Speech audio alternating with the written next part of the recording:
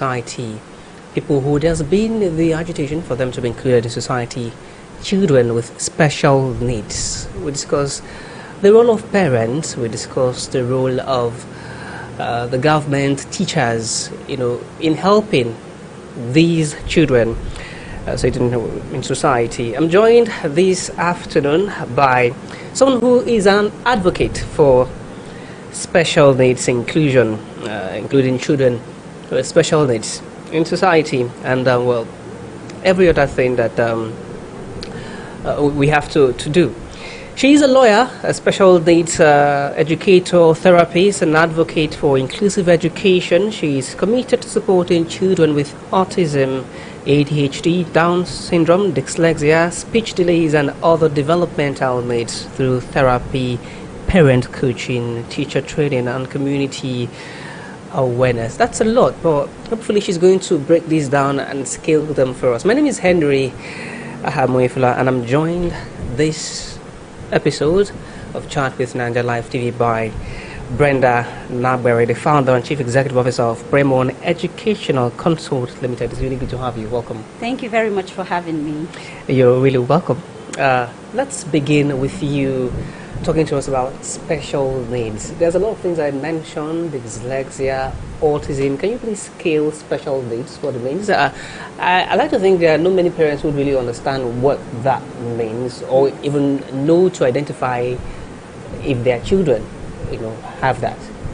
Okay, so special needs has to do with a different kind of learning, a learning difference. It could be intellectual, could be physical, in the sense that intellectual has to do with the brain, physical has to do with, you see it, maybe the blind, the people that are on the wheelchair, and then we have the neurological one, which is, it has to do with the brain, like I said earlier, children with autism, dyslexia, Down syndrome, okay, and a lot of other disabilities, a lot that people don't know. The ones people know are mainly the physical ones, okay, but we have, they're all termed under the term special needs, right. Yes.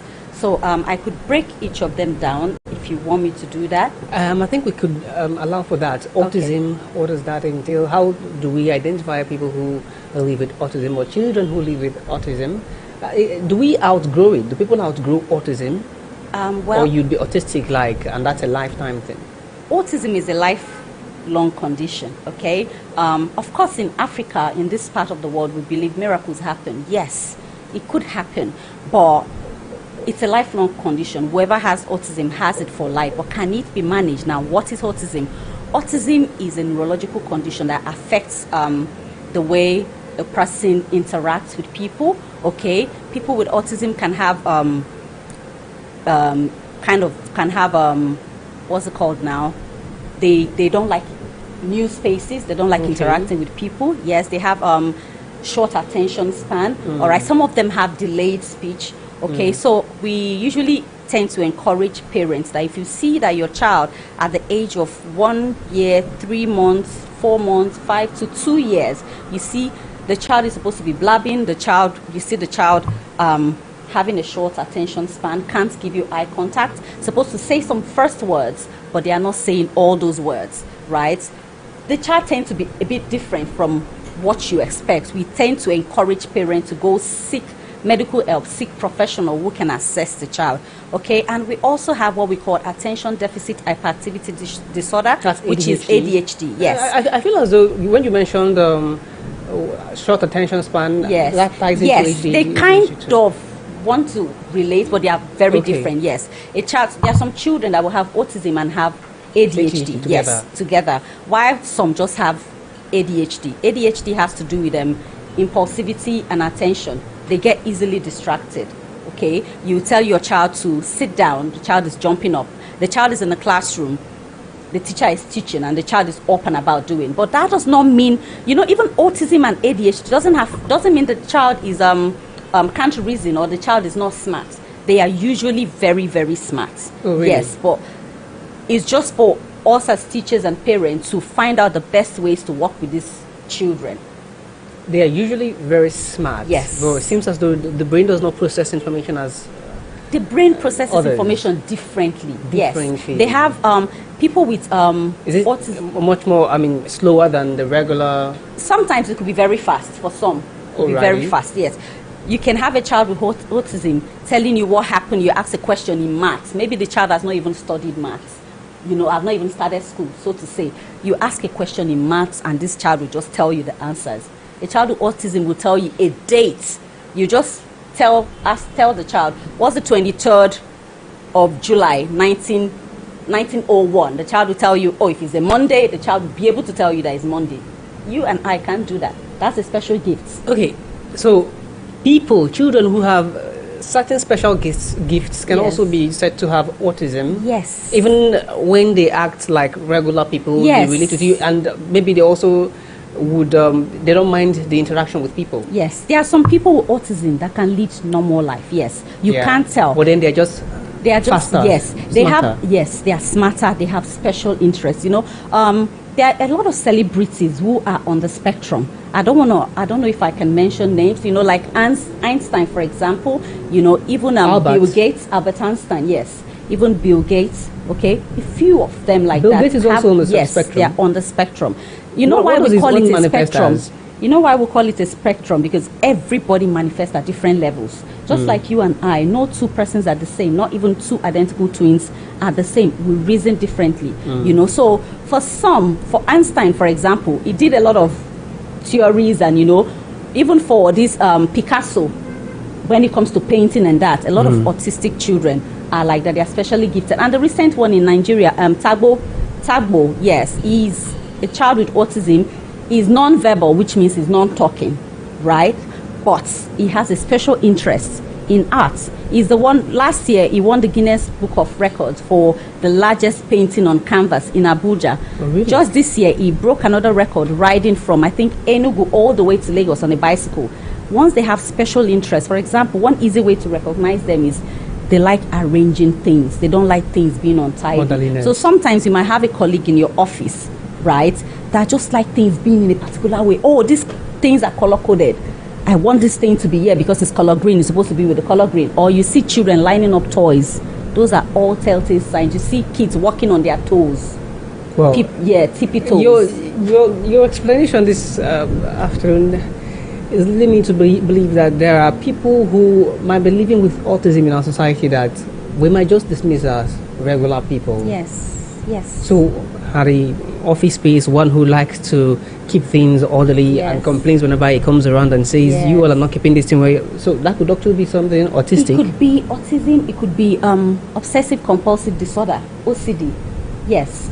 But because in this climb, right, especially in Bayelsa State, when I came here, it was like new to a lot of persons, you could, so many people like that is when you get close to them. Sometimes I walk past some children, some young people on the streets, sick. I know some of them might be due to drugs, but I look at some, there was once I met a girl at Pansha Market Road, because of what I do, I tend to talk to everybody, anybody. The person might be very sick, but I want to know, why is this person sick? By sick, I mean this people we call MAD on the streets.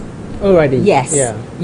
I'll see young people like that, and I met that girl on the streets, Pansha Market. I stopped her. I started talking to her. It was like people stood and was looking at me. Just came back from church. I saw the young girl. I said, this girl, it could just be autism, but because the parents can't handle it. A lot of children are on the street like that. So many persons we call, mad. Mad, not yes. Exactly They could really be mad. True, yes. But because the parents, the family can't handle it. They just feel this child is not acting normal. This child is crazy. So they let the child out. A lot of parents have come to my center. In fact, there was once a lady came and told me she was going to unalive her child because she's embarrassed. So for the people that can't keep, and sometimes autism, this neurological condition can be quite funny that the people that have got it can't control themselves. They could be aggressive. Yes, I've had kids punch me, scratch me. Imagine that happening. They throw things at people when they are overwhelmed because the environment does not understand them. Okay, now, you're one who's really stayed with cases of this nature. You're not exactly a doctor. Yes, I'm not. You're in fact a lawyer. Yes. But one would want to understand what causes this, if it's something that parents would have to avoid. Is it something that parents would know, and during the process of birth, they avoid it, or it just happens? Well, for autism, right, there's no known cause. Okay, science is still working. They tend to link it to genetics, and most recently, because of the awareness, a lot of people are now coming out. Right, there's a bit of acceptance coming into play. A lot of the awareness going on is bringing it to limelight. So we tend to see a lot of children with autism. It's not caused by bad parenting. It's not caused by what a mother did while she was pregnant. It's not caused by village people, as they say. A lot of persons come to me and tell me, oh, this thing is spiritual. My child was okay before, and now the child is not talking. I'm sure those signs were there. So once they come to me, the first thing I do is to refer them to the doctor. Let the doctor do their medical test and whatever. Then they refer them back to me for assessment. I assess them and then let the doctors know this is what I found. They merge it to what they have, assessed as well, and then come up with the diagnosis. I don't diagnose. I leave that to the medical professionals. Yes. Yeah. But I can assess. I can tell if a child has autism, dyslexia, ADHD, and what have you. That's the next term, dyslexia. That's yes. Like something that means one not being able to read or properly. Yes. Scale for us now. Yes. And how does that dyslexia is a condition that that enables a child, or should I use the word enable now? Someone with dyslexia would find it difficult to read, but they can speak. They are very smart, but they find it difficult to put whatever they said to words. So someone might be very good orator. A child will tell you all the poem, all the stories in the world. But when you tell this child to write it down, the words start getting confused, where a child will write D instead of B, or P in place of B, like that, confusing the words. It's a difficulty in reading and writing. There is also dysgraphia, which has to do with the writing part of it, just writing. They find it difficult to write. So I encourage schools, right, inclusion. One reason why I accepted to come here is because I've been trying to do this inclusive awareness thing. I've been going to schools, talking to schools, because I don't want any school to reject any child, because there are policies in place, right? Now, back to dyslexia. A child understands, can say everything, but when it comes to writing now, it's not left for the schools to find ways to assess these children. A lot of times parents say, oh, my child failed. And when the child comes to me, I'm looking at this child is very smart. How come this child failed? All the questions I ask the child can respond to them using their words. Now it's left for the schools to have oral exams for these children. Everybody is not the same. I go back to that word. So you run a foundation, and your foundation is aimed at giving these children a chance at, learning the right way, yes. the way that suits them. But it seems as though, well, clearly and evidently, this is not something that's government and other well-meaning individuals are really paying attention to. Some of these things you've discussed here are things that, from your explanation, are manifest in our society and evident in our society. How do we bring the government to really be serious with this? And how do we bring educational institutions to really know that if you're setting up an institution, you should not just set up the institution, you should also know to set up a special needs segment or sector to cater for the needs of children who are very likely different. Now, it seems as though if you have 100% of students, for instance, 100 students, maybe 20-30% of them are special needs children. With what you've explained, there are several ways it manifests now. Yes. So that means that there is need for every educational institution out there to be making provisions for these children. I agree. There are policies, right? There are laws, from the federal level to the state level. And the one that really excites me, if there's anything that I've really, really touched my heart about this Governor Doyediri's tenure, is the fact that in March, he created the disability rights law in Bayelsa State, which makes us one of the few states. So that covers the special needs? Yes, it covers disability, whether intellectual or physical, or do you understand? Now, so we're discussing here also that these children are rather smart in a certain way. So while we think that they are disabled, there are other ways where they are not like the regular. I don't even want to say regular. They're probably regular in their own right. See, I call all of them able, right? They Yeah, are just probably, differently abled. Differently Okay? able. So, If you well, find, they're if not you put disabled. the signpost for them, if teachers are trained, right? These policies are there, but they are not being enforced to the You know why I letter. asked that question? Because Yes. it's very, very possible that attention is not given to the ones with special needs, and then it's rather given to those persons who don't have complete legs. Yes, and the hands. physically disabled ones. They are likely yes. to give Yes. attention to them. Yes, In and lieu of that's also the sad thing. including those with special needs. Yes. If that be the case, would we not need much more policies and much more legal frameworks to enable to focus on special needs? You talk about policies and legal framework across Nigeria, but I'm struggling When it with- comes to practice, that's where nothing is being done, and that's why people like us are coming out, trying to make sure our voices are heard. That's why when I was called upon, I said, okay, that's another opportunity for me to come talk to the Sensitization, people, yeah. right? Yes. Now, all those policies are in place. It's enforcement. I would be so happy if the government, having made these laws, can follow it through, make sure teachers in public and private schools are trained. Because there are some schools I go to. all teachers, is it that all teachers have to be trained, or we have specific teachers? I would rather every teacher is aware. That's they should easier. all be trained. Yes, it makes. So from when the you security- identify that, you now know yes, to. then we should have special teachers in the class that will attend to them, because the general classroom Okay. teacher might be overwhelmed. No, I understand. But yes, Special teachers in yes, school that who will would attend yes, to those. every school should have a special education classroom where these children go in there to learn and then bring them back to the regular class, because see, they need to interact with other children. That brings in empathy. The other children are learning from them, they are also learning from them. That helps. Even a child that wasn't talking before, you see them interacting with other children, and before you know, the words keep coming out. So all hands must be on deck, the children, the teachers, all right?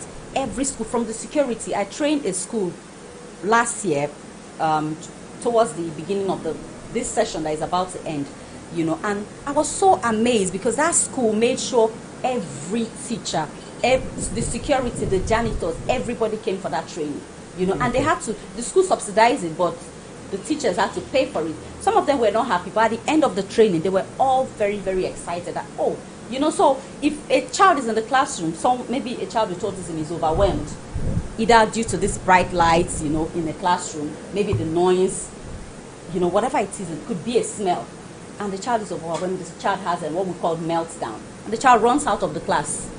The security man shouldn't be at his post just watching. If the security man is trained and he recognizes, this child, he knows what to do. Do you understand? So he's not left for just the special need teachers. Everyone in the school knows what to do, whether you're a secretary, provided you're in the school environment. Everybody should be aware.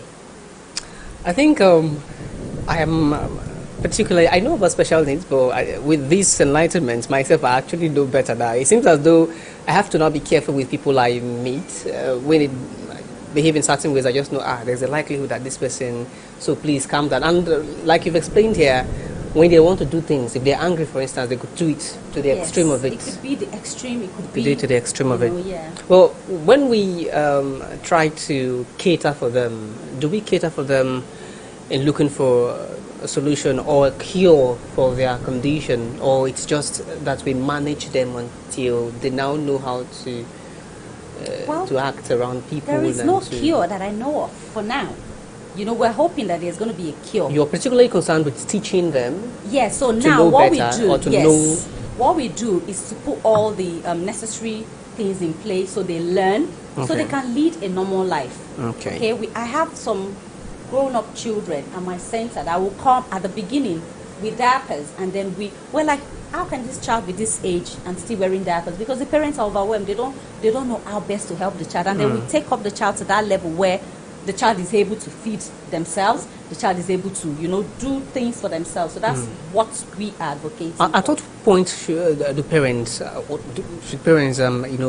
know to observe this? Is it when the child is 5-6 months, when they are like 1 year, that they should now know to observe and look out for signs of autism? So all parents, is it normal that all parents start looking out for signs of autism, of their children being special needs, dyslexia? That's until when they are like 2, I think, or 3, when they start reading or something, right? But special needs, to look out for the signs of a child being of a special need, what point should the parent start looking out for that? Well, I wouldn't say parents should look out for it. In this part of the world, if you use those words, it's like you're trying to already play a curse on your child. You know, look out for this sign. Oh, the child is twitching. Are you sure it's not this, it's not that? Right? I would rather say keep it natural. Watch your child. There are milestones that the child is supposed to have achieved at a certain age. Okay. From 1 month, there are milestones. What can a child of 1 month do? 2 months, what can a child of 2 months do? And once you notice that the child is not doing all of that, say at one month or maybe 2 months old, the child is not able to lift their head up.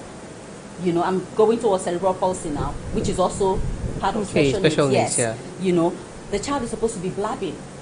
There are some children that as early as 8 months, they can say a few words. They can do 2-word sentences. Water, me, water, drink water. You know, like that. It might not be very, very clear. But once you see your child is getting to at least 4 or 5 months, the child should be saying, Mama, Dada. And your child is not doing any of that. I'm not saying that's autism or whatever, but you should take your child to seek help. Go see the doctor. What's going on? I noticed my child is 1 month is not even following my fingers. You know, these days, newborn babies, I remember my kids, as soon as they are out, one of the things the doctor is looking out for is with the finger. And these ones, they look.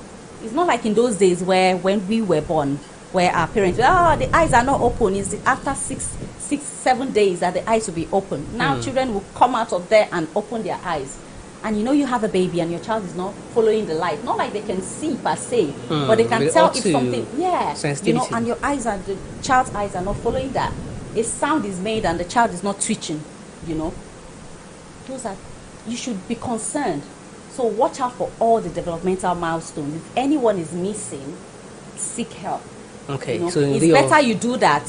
That way you find solutions early, because we usually advocate for early intervention. You know, whatever disease you have, if you find cure for it or if you find help for it, you live better.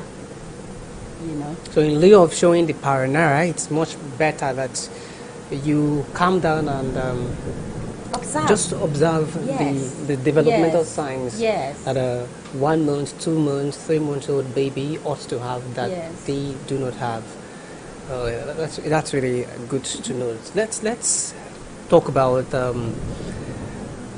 what I like to think might be the cause, but I'll just have you talk around it. Maybe we missed it earlier. There are many persons who believe, medical experts who believe, professionals believe that genetic mutation could be responsible for conditions of this nature. Is it possible that for the autism and especially children who are born in certain ways where maybe they don't have, maybe a limb is not complete or something, you know, and they act in certain ways, is it a possibility that mutation could have caused this? I mean, in that case, could we advise parents or people women who are pregnant to stay away from certain things? There was a certain time doctors were saying something around staying away from radiation and even scans you do when you often get pregnant, when you're pregnant, could actually affect your baby. I wouldn't say scans we do when we get pregnant, because the doctors it has some sort of radiation or something. Yes, they tend to.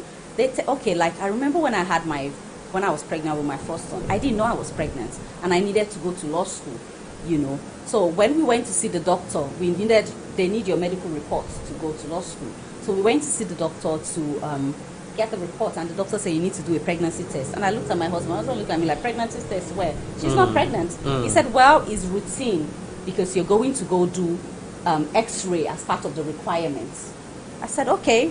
They gave me the thing. I went to do it, and then they came back and the doctor said, oh, you guys are pregnant. Now we looked at ourselves and said, no, we are not pregnant. I'm not sure. He said, madam, this is what it says. I'm going to give you guys 2 weeks. Come back in 2 weeks. We'll do the test again and see what happens. We came back and he still said the same thing. He said, madam, I'm sorry, you can't do X-ray, but we're going to do a report for you telling you why you are not able to do the reports. You know, you're not able to do the X-ray. Yes. So there are some certain things. That doctor knows to not do it because you were pregnant and it was early. Yes, it was early, you know. So you don't do scans very early, is that No. It was X-ray, not scan. X-ray. Yes.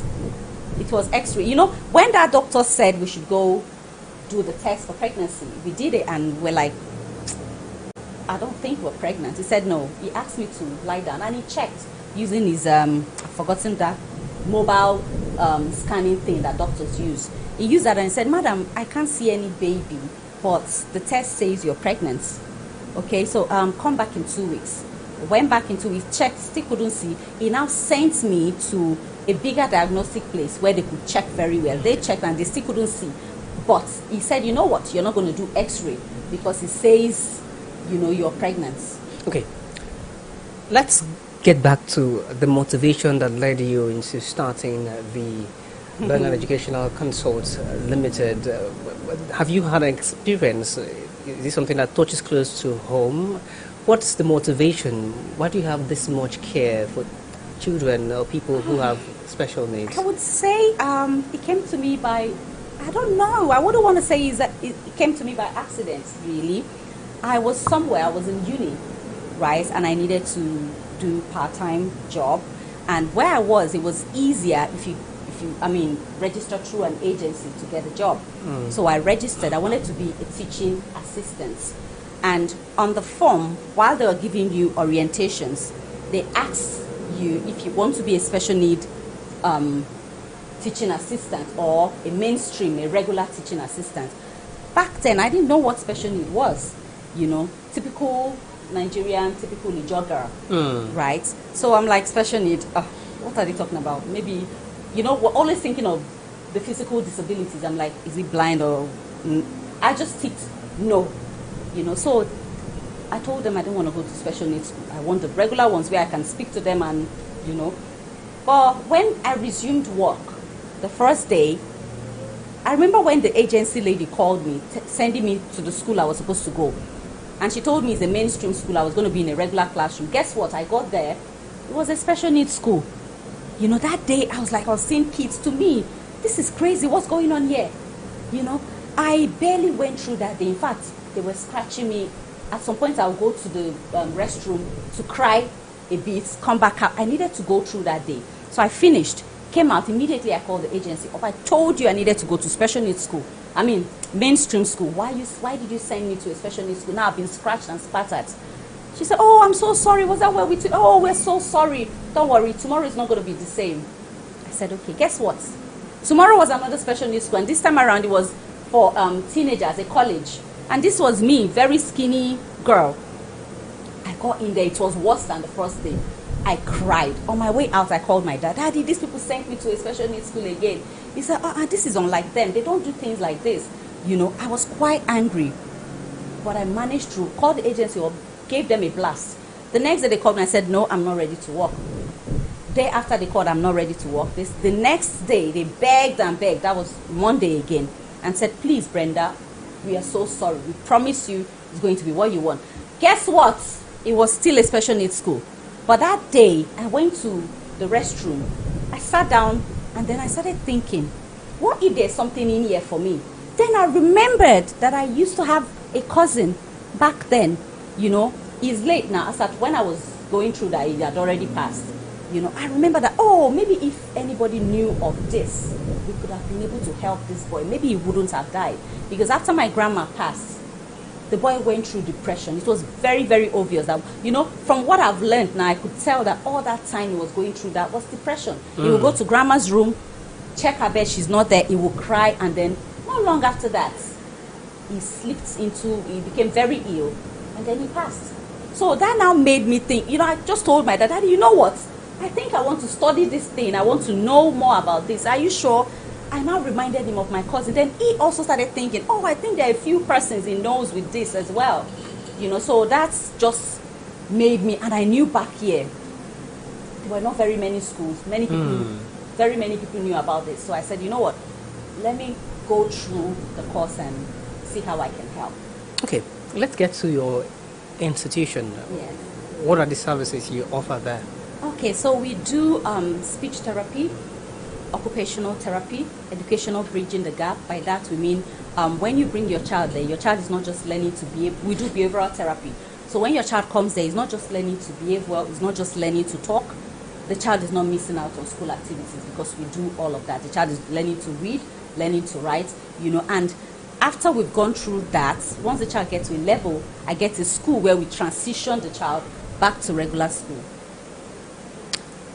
It's the story you just told me about how you got into this. It's I don't know if I'll call it a motivation to look in between the line. You were initially forced, and now you're making a career out of it. I was scared. It's like a proper career path for you, Yes, and yes. you're really making it good too. Because you're one who is already doing sensitization here today, and it seems as though there are not many of these schools around town. There are not very many. We have a few schools that do inclusive, that have the special need attached to their private schools. But yes. this is exclusively This is special needs. Yes, this is I don't call it a school, I call it a therapy center because the place is not so big. When you mention therapy center, people will connect to you. A lot of persons think that, yes, once I say therapy, they think, oh, maybe it's a psychiatric home or something. Not that. No, it's just a therapy center. For special needs children. Children and adults. Where are you located? Special need. I'm on Bay Bridge Road from Imbiama Yenegua. The place is called Amasoma Close. Amasoma Close. Yes. Bay Funny Bridge, enough, the off Amasoma Bay Close name Bridge. of it is not very, very popular. Once you come in from Imbiama Yenegua, you walk in or drive in, you see a 2-story building. Just beside the building is a close in there. Okay, you leave a number that people could contact you on. Should they have children with special needs or questions that they'd like to ask you? Maybe you could now, you don't do assessment, but you probably would refer them to where they'd get the best assessment. Okay, so what we do is, right, I do assessment. What I said is not diagnosis. Diagnosis, all right? Yes, I leave that for the doctors. You could just do assessment and tell Yes. them you need diagnosis. Yes. Okay. Because a lot of times, there are some parents that come to me after the assessments. A lot of them that have done their homeworks. After I assess them, they know where their child belongs to, and they go, you know what, Brenda, let's just start. We've been to the doctors. The doctor said we should come here, so let's just start. So what was the question again, please? You'd have to leave a number that they could Okay, reach yes, out. my number is 081-6251-9913. Let me take that again. +234 81-6251-9913. You can find me on Facebook, Brenda Nagberi. You can also find us on Facebook, Bremon Educational Consults. You can find us on Instagram at Bremon Educational Consult or Bremon Edu, TikTok Bremon Edu, TikTok Brenda Nagberi. On Instagram as well, you can find me Brenda Nagberi. Send me a message, DM, whatever, and I'll reach out to you. Absolutely. Now, well, beyond her work in inclusive education, our guest, Barrister Brenda, is also a strong advocate for the preservation of the Izon language, encouraging families to embrace and promote their mother tongue as an important part of Biafra's cultural heritage. That is something that is fast diminishing, if that's the right way to put it. But then it's something that there are a lot of parents who are rather having their children speak English. They'd rather for them to sound Posh, very British. very British, right? Yeah, exactly. Yeah. In lieu of really having them speak their mother tongue. And I said something very recently. I posted something on the socials that if you cannot speak your mother tongue, you're contributing to its extinction. Yes. I'd like you to talk to us about your passion for having people speak the Izon language.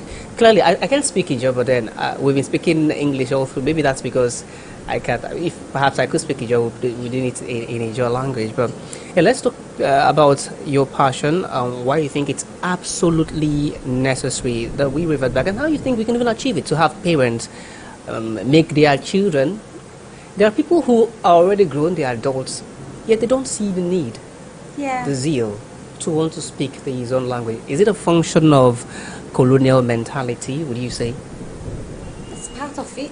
It's part of it. Because sometimes, I remember when I came down here newly to Bayelsa State, I got married and my husband brought me down, and one of the first things, or the first social groups you go to is church, and when I got there, a lot of persons didn't think, because then I had a very strong accent, but underneath the accent was very, very strong Ijaw girl. Sorry, a very strong Ijaw accent? No, very strong British accent. Yes. Right. So a lot of persons thought this girl doesn't know jack about Ijaw. You know, so Right. when I opened my mouth to speak Ijo, and they were like, "What a juice! You did that just come out of you?" No, I'm quite. I don't know if I should say confused, but I don't know how you are able to do that switching. That's my One parents, my cannot- dad and mom. One can't even tell you speak Ijo. Do you speak Ijo like very fluently? Should I start speaking? Ene bizon to ado inaremo yakumpna fa Brenda Nagberi kenare mene sama yorotobo isama well ene yima barrier so about window pime. All right, I didn't get any of this. Yeah, you're not gonna get it. You need to go learn it. Yeah, absolutely. I've been here for a while, so I think people should learn it just truly. But yeah, people who they're rather reluctant to Yes, learning and that's the language. painful. It's really painful. Yes, because see, your language is your identity. That's where you're from. You can't say you're Ijo or Yoruba or Igbo and you know nothing about it. You should be ashamed. You should cover your face. You know, now it's even easy because you can learn a word or two using the internet. So it makes things easy. I've seen people, I've come across friends, when I speak Ijo, they go, Brenda, you have come again. See, I don't care. I speak Ijo. When I'm going to pick my kids in school, I'm speaking Ijo to my kids. But this is the thing now. Children would often struggle with learning two languages while they're Children growing don't up. struggle. No, that's a myth. Children can learn 6, 7 languages if you give it to them. It's adults that find it difficult to learn. For children, their brains are like sponges. So it's easier when the child is little. And what you're saying now is fact. Yes, facts. You can go do a research on it. It's fact check it. easier, yes. That's why when one of my nannies, she speaks Akwa Ibom. So whenever I go to work, I tell her, because I was trying to reduce screen time for my children. So I tell her, you can speak Akwa Ibom, Calabar to my children. I'd rather you speak your local language than broken English. My broken English is very poor. Now I've started learning it. I'm getting better at it. Yes, it's very. So instead of speaking broken English, I'd rather speak Ijo. Yes, because broken English is benpei, as they say. It's too broken. Yes, it's too broken, broken, chattered. Well, is it any wonder, given that we have just typically you want to speak English and that's how you communicate, and we have just too many indigenous languages. Parents would want to struggle. I was going to say, to bring their children to learn English and to bring their children to learn Ijo, and they're also struggling with learning Pidgin. It feels as though they should just make the child to be able to communicate with others out there, especially in school. Especially, yet again, for the child not to sound like they are. I'm looking for a word, local. Local, not in the sense of you come from a local place, but then they are local. They are untamed. I don't know if the untamed works there, but yeah. I had mentioned that it feels as though it's a function of colonial mentality. How do we rid ourselves of these if it truly is a function of colonial mentality? It's to keep encouraging ourselves. Really, we can't give up. If we do encouragement, is it enough to a parent who is indoctrinated, a parent who thinks that my child should speak like who thinks the Western or English is better? See, let me tell you my story. I wasn't born and brought up in Ijo land. Yes, all of us were born and brought up outside. One would say that much is evident. But then I grew up in Lagos. My early life was in Lagos. And do you know I don't speak any Yoruba? Oh, God bless my dad, Kenarebo. Once you hear daddy's car outside blaring, you start speaking Ijo in the house. Oh my goodness, we'll start speaking it, whether it's correct or not. Because my dad would come into the house and tell my mom, once these children are inside, I don't want to hear any English in this house. That's what he would tell my mom. And so my mom would start speaking Ijo to us, and we'll speak and speak. And if he sees our Ijo is getting really, really bad, he sends us to our grandma in Warri, or to our grandparents, my mom's parents in Ikorodu, where all they speak. In fact, my grandma, my dad's mom, speak no atom of English. So you have no choice than to speak the Ijo. Sometimes you will have to call my parents. Look, your child is saying, now over the phone. The child wants something, but because she does not understand, she will call my mom. My mom will now tell her what the child wants in Ijo, then she will speak Ijo. This is how you say it. So when we go for competitions, when we were little, in Lagos back then, we're always stopping it. It got to a point, the people felt like, why is it that it's always these Ken's children that are winning the awards? Because it was very serious for us. Daddy will come on weekends. Daddy's telling us stories in Ijo, Adotimi Igberibo. Yes. You talk about the tortoise, the Uri, and the rest. Pardon? Your competitions, right? Yes. In those days, I don't know if there's any here. Maybe we can start by that to encourage the children to speak.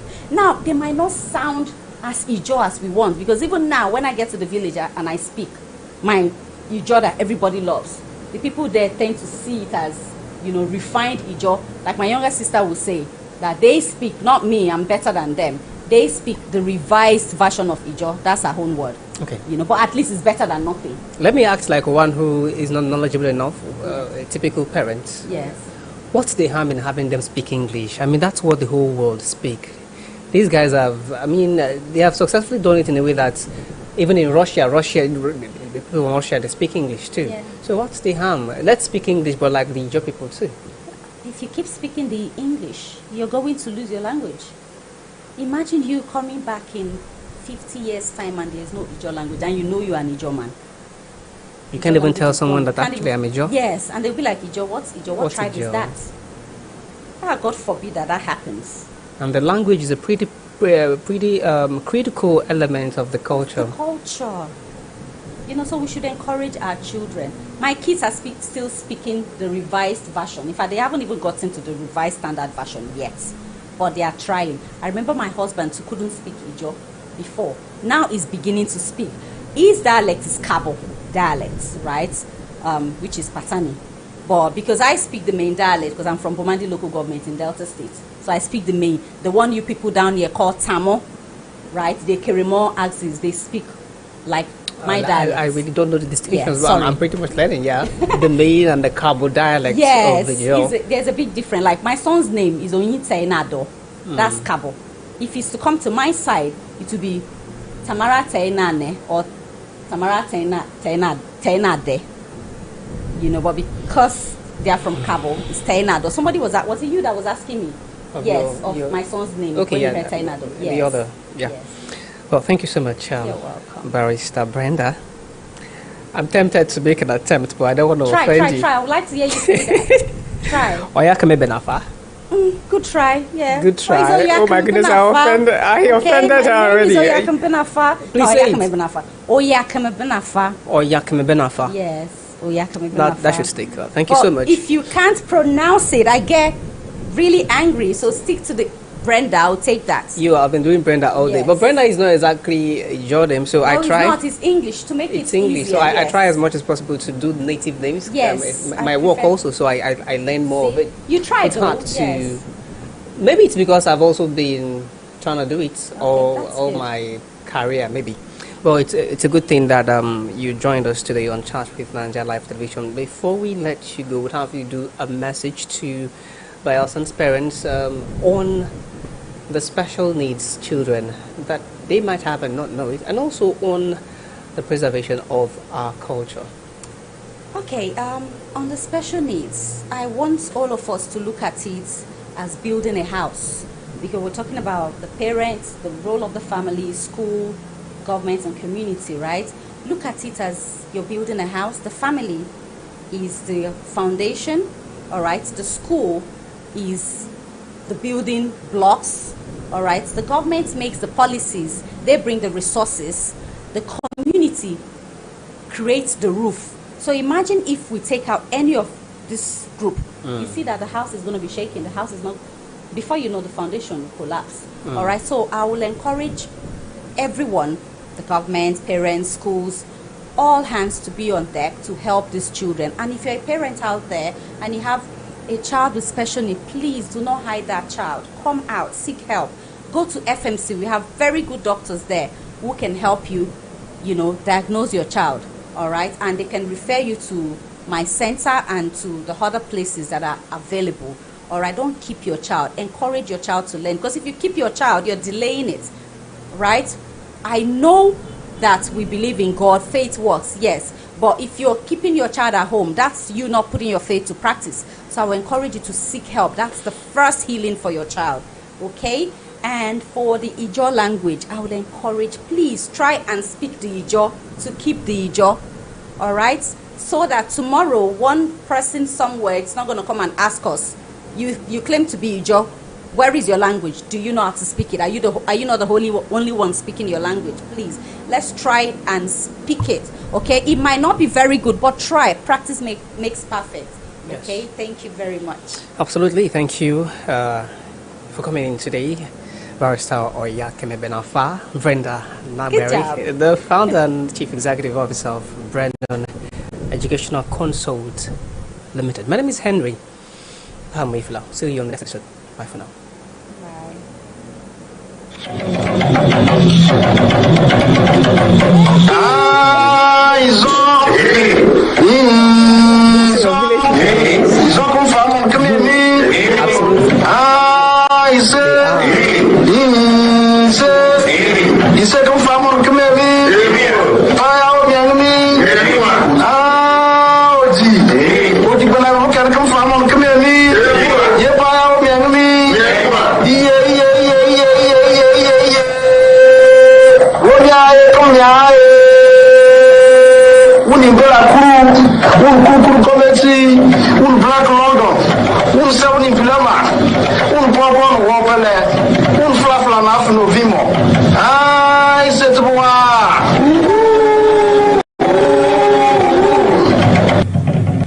The countdown is over. The stage is set for the Odio Gorbaoge International Festival 2026. From Sunday's 26th July to Sunday's 2nd August, the ancient kingdom of Odi in Bayelsa State invites the world to a week-long celebration of culture, heritage, unity, and entertainment. Come and experience spectacular cultural processions, traditional dances, canoe races, masquerade displays, wrestling contests, football tournaments, boat cruises, beauty pageant, music concert, local delicacies, the world-famous Odi Beach Carnival, and many more exciting attractions featuring celebrities and world-rated artists. Whether you're a son or daughter of Odi, a friend of the kingdom, a tourist, or a lover of African culture, this is your invitation to be part of history. Join us as we celebrate our identity, honor our ancestors, showcase our rich cultural heritage, and promote the unity and progress of Odi Kingdom. Come and enjoy the traditional Odi hospitality. Odio Gorbaoge International Festival 2026, celebrating our heritage, inspiring our future, and building sustainable communities. Date Sunday 26 July to Sunday 2nd August 2026. Venue Odi Kingdom, Kolokma Pokma Local Government Area, Bayelsa State.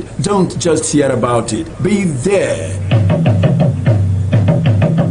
Professor Epikise Stanley Odisi, Chairman Planning Committee Odio Gorbaoge International Festival 2026. Daubara Johnson Bolo, Secretary Planning Committee Odio Gorbaoge International Festival 2026. Announcers.